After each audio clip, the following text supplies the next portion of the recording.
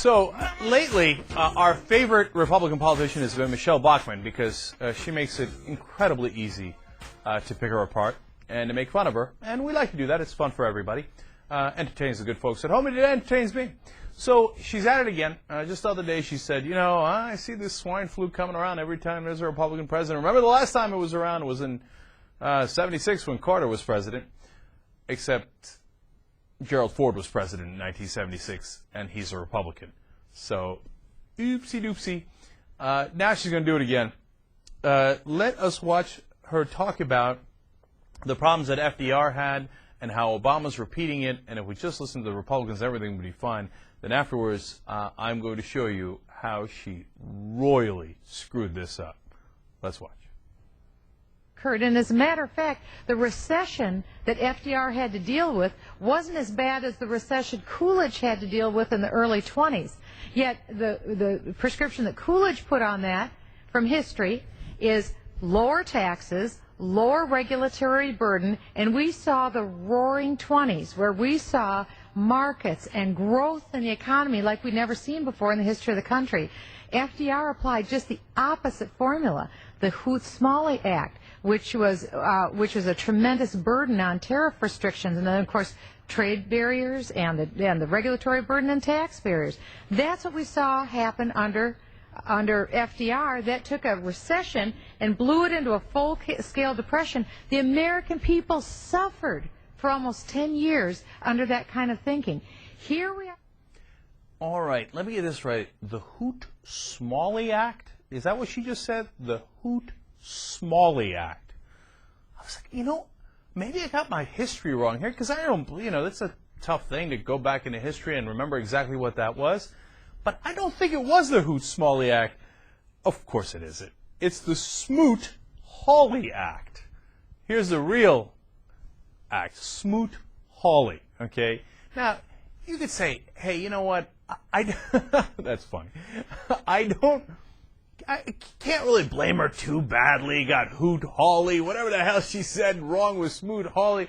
But, and you know, sometimes I've stumbled on the show. We do a live show, and I don't remember exactly what the names are. But number one, this is actually kind of a large act. Number two, why are you going on the floor of the Congress and you don't know what the hell you're talking about? Apparently you didn't even take any notes, and you're like, I don't know, whatever the hell that act was, Hoot-Smalley or whatever. That's embarrassing. But you know what? If you say, hey, I'm going to let that go, I hear you, right? It's a stumble. John Kerry said Lambert Field instead of Lambeau Field. Okay, we'll have a little bit of fun. But here's where it gets fun. So she said the problem was FDR signed this Moot-Smalley or whatever she called it act, and that's what led to the Depression. Except the person who actually signed the Smoot-Hawley bill was Herbert Hoover, a Republican.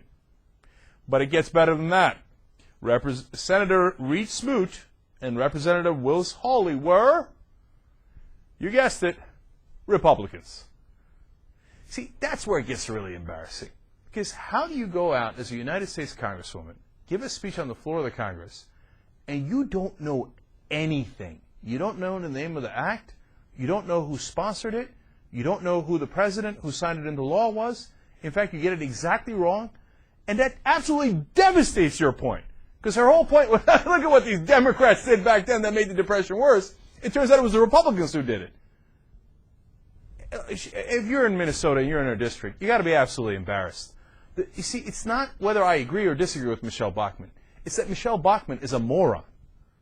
She doesn't know what she's talking about. And what's amazing about her is she doesn't care to know. She doesn't care to get the name right. She doesn't care to get the facts right. She doesn't care to get her argument right. She doesn't give a damn. She's proud of her ignorance. And in that way, she represents, unfortunately, the current Republican Party perfectly. Look, if you keep putting this woman back into Congress, in that district in Minnesota, what you're proving is you like stupid people. You want somebody to go up there and get all their facts wrong and lead you in the wrong direction. Because if you, just final thing on this, as a matter of policy here, if you think what was really wrong was something passed by the Democrats, but it turns out it was something passed by the Republicans, then you're going to have everything backwards. Then your prescription for how to fix things now is going to be backwards, even if you believe what you believe.